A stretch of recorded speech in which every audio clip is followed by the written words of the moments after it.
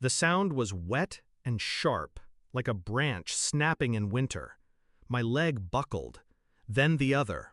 I hit the floor, breath punched from my lungs. My father loomed over me, the metal bat still raised. His grin stretched like a scar. "Now they match your worthless life," he said. From the doorway, my mother laughed. "Crawling looks better on you." Pain ripped through me in waves. But I smiled through it, because in that moment I knew they'd never laugh again. It wasn't always this way, or maybe I was too young to see it. When I was a child, they liked having me small, silent. They liked my good grades because they could brag about them, not because they were proud. When I told them I'd made it into the city's youth ballet company, my father grunted. My mother said, "Don't embarrass us." For 6 months, I trained harder than I'd ever trained in my life. I'd wake before sunrise, practice until my muscles screamed, then go to school. The recital was my chance, my first lead role. But that morning, Dad was drunk. Mom was in one of her brittle, mocking moods. I should have left without speaking. Instead, I made the mistake of asking them to come watch me dance. That's when he picked up the bat. In the hospital, I learned the damage. Compound fractures, torn ligaments, months of rehab. The police took statements, but my parents' story was polished. She fell down the stairs. I didn't contradict them, not because I was scared, because silence is a weapon, and I was sharpening mine. I spent a year recovering. Every painful stretch, every sleepless night, I thought about the way they'd looked at me on the floor, not with shock, but satisfaction. By the time I could walk without crutches, I'd made my decision. They weren't going to pay for what they did in a burst of rage. They were going to pay slowly, piece by piece. First, I moved out. I told them I'd forgiven them, that I needed space. They believed me. They thought I was still their compliant daughter. I worked 2 jobs. I studied criminal justice at night. I learned how investigations unfolded, how evidence was built, how to document every detail without it pointing back to me.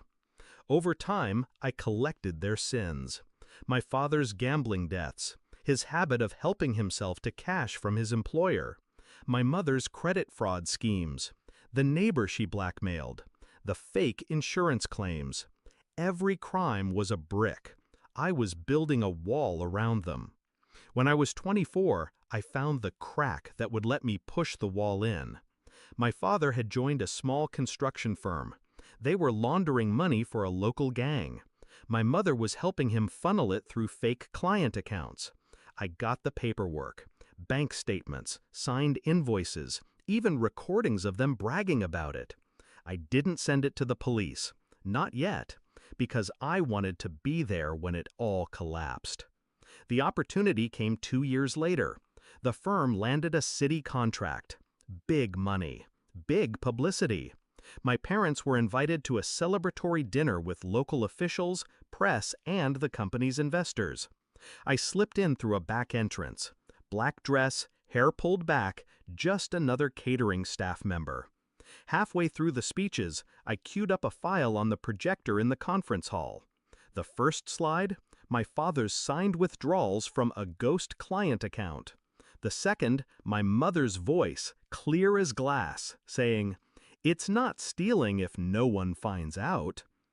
Gasps, chairs scraping, the company's CEO lunging for the power cable. Too late. The rest of the file auto-played. Photos, audio clips, bank records.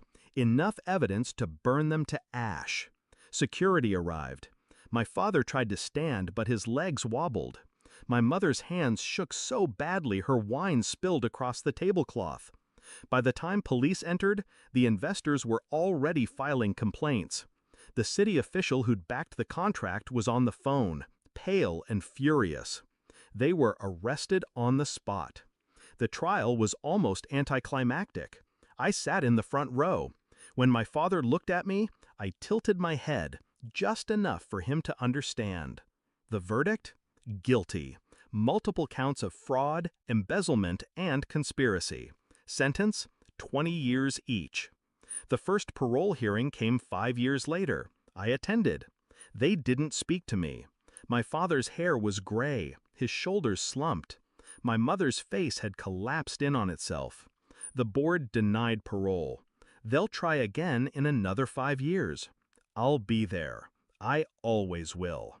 People think revenge is about heat, about shouting, about striking back in the moment. It's not. It's about patience, about building the kind of trap that leaves them with nowhere to go, no one to turn to, and nothing to hold on to. They thought they'd ended my life that morning before the recital.